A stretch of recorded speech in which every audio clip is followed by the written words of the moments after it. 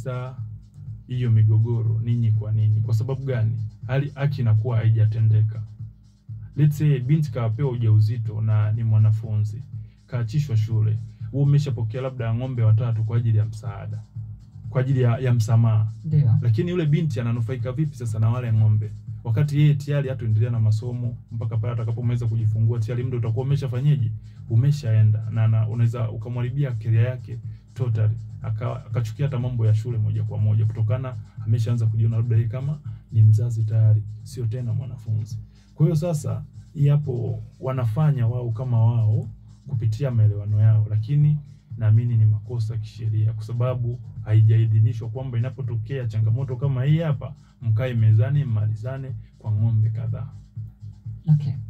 Karibu bibi kwa ajili ya kuendelea zaidi kuhusiana na hilo. Asante ndugu mtangazaji.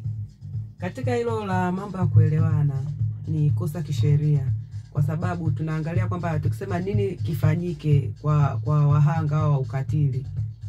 Swala la muhimu pia ni kutunza vile vitu, yani kutunza vielelezo, kutunza wale watu.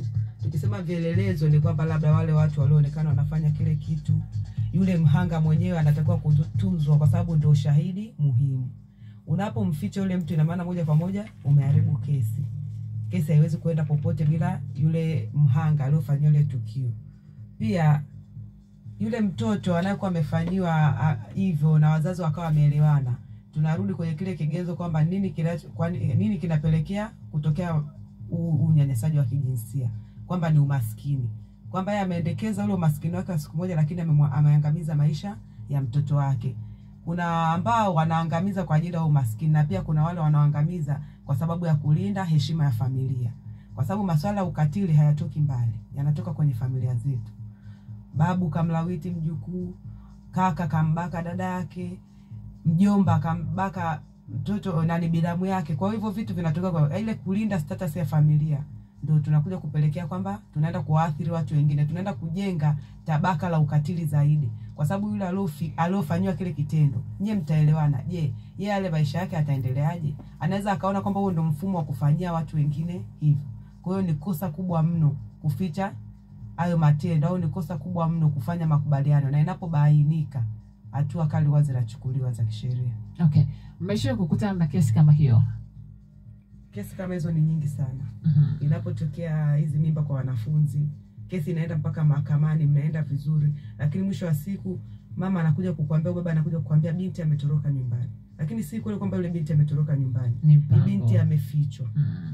Kwa hizo kesi ni nyingi sana, na ndio zinazosababisha hivi vitendo vya ukatili wa kingono viendelee, kwa sababu wale wahusika hawachukuliwi hatua stahiki.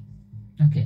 Endelea kushiriki nasi msikilizaji kwa kudoni. Pia nikuambie usisite kusubscribe, lakini pia kulike na kucomment kutokana na taarifa zote hizo ambazo zipo huko kwa ajili ya kukufahamisha. Kama una swali lako lihifadhi, pia utakuwa na nafasi ya kuuliza hapo baadaye kwa kutupigia simu moja kwa moja kupitia nambari ya kupiga simu ambayo ni 06157377.